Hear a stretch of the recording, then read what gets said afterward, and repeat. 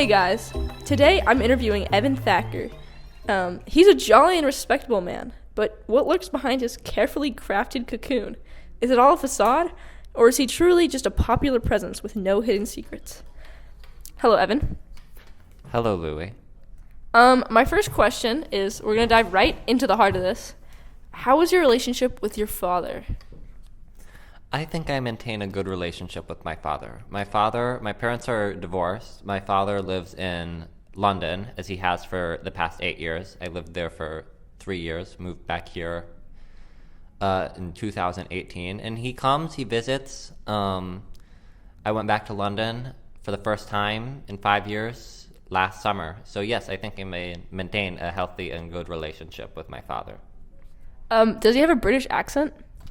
He does not, surprisingly. Did you ever have a British accent? That would be pretty cool, but I've always spoken like this.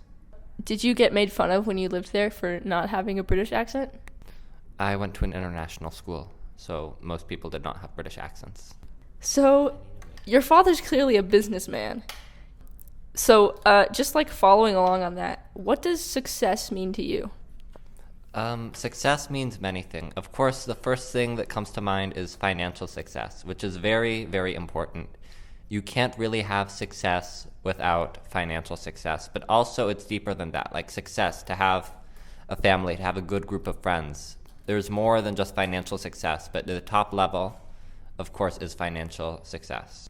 So, in your future, how do you see yourself having a successful life? Like, if you had like the ideal life, and say like 30 years, what would it look like? In 30 years, ideally, I'd like to be employed at a law firm as a lawyer, hopefully a litigator. Like, keep the friends now as well as make new friends. Hopefully in 30 years, I'll be married with children. That's a good life. I can see you as a lawyer. Are you big into investing? I kind of started. I do the Investopedia and stock simulator, but I need to start doing it for real so I can make bank. I'm sure you'll be really good at it. You seem like a real investor, the investor type, if you will. Okay, so just changing topics here. What is your most vivid childhood memory? Are you asking for one specific memory or like? I don't know, just like an interesting fact about your childhood. I remember living in Norway, and it was a good life. I remember one time I was sick, and so I had to go to the hospital. It was about 11 p.m., but it was bright outside because it was the summertime, and so it was perfectly bright outside, people jogging, walking their dogs, and so that was really interesting. So you're clearly very well traveled. What's all the places that you have lived? Well, I was born in Houston, Texas, and then I lived in a little town, oil town of Stavanger, Norway. And then from there I moved to London, and then about 5 years ago I moved back here to Austin, Texas. Okay, that's less than I thought, but that's still more places than a lot of people live in their lifetime, especially like Norway. That's crazy. So have you always been quick to make friends in these places that you've lived, or has socializing been a struggle throughout your life? I don't know. I feel like when I moved back to Texas, definitely I was quick to make friends. And when did you move back to Texas? 2018. How old were you? 10. Okay, switching topics here. Do you have any hobbies? As you know, I play pickleball. I recently started to try investing, and I would like to try golf. Okay, yeah, you seem like a very golfy guy. I can see you as like. Never mind, I'm not gonna say that. That's mean. What were you gonna say? I'd like you to say it. No, I don't think I'm gonna say it. I'd like I you to don't say think. it. You're saying Well, it. I'm just like imagining you in like 50 years and like a rich person, like retirement home, like playing golf and pickleball.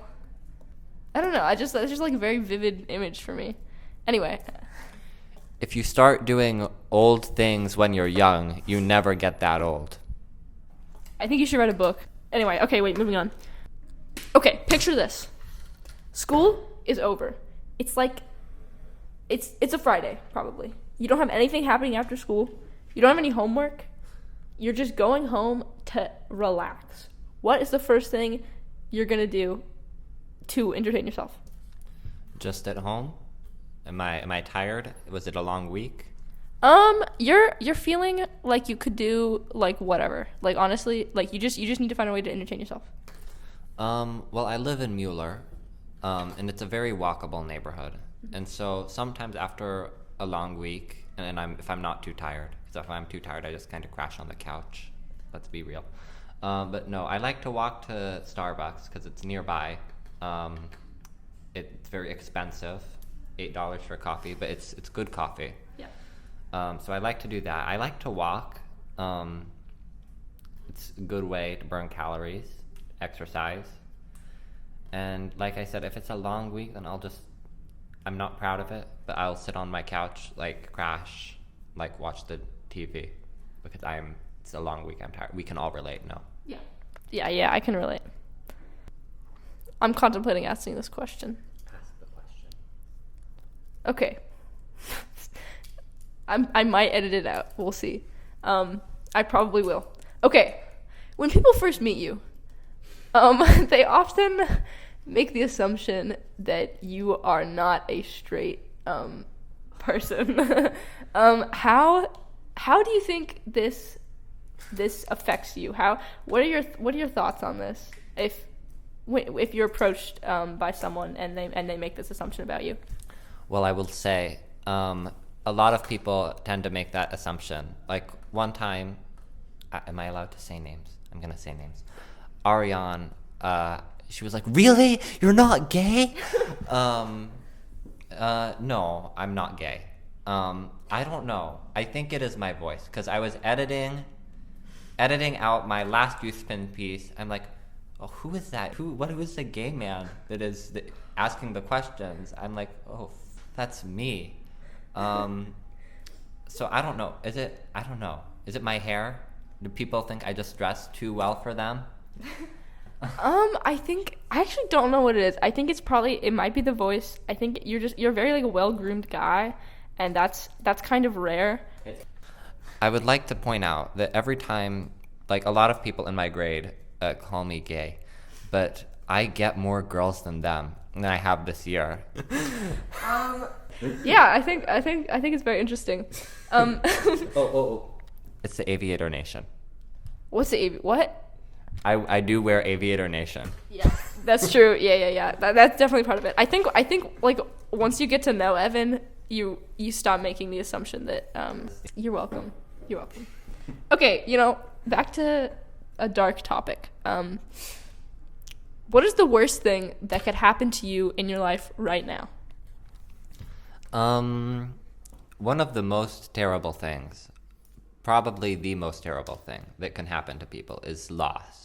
Loss is very, very deep, very heavy subject. I'm not a very emotional person, but loss, it's a very, like, if I lost like my mother or my father, or, well, I don't have any siblings, praise the Lord.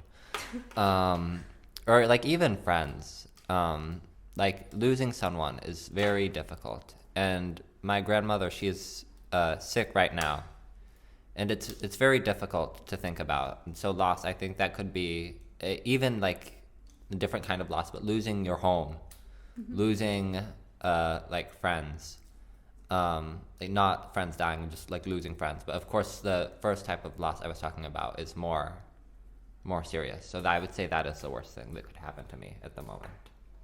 Yeah, I think that's very accurate, and I feel like a lot of people's real fears kind of stem from the fear of loss, and it's also like I think a very common thing is that people are afraid of change, and I think that ties in very well to like loss and the fear of loss. And yeah, I don't know. That's a really good answer. Yes. Okay. Well, I think that about wraps it up. Thanks for sitting down with me, Evan. This was great. honestly. It was really good getting to know you. Yes, thank you. And I might do a follow-up interview. We'll see. Okay, that's good. Anything you want to say? Yes, thank you for taking the time to interview me as your project. Yes. You're welcome.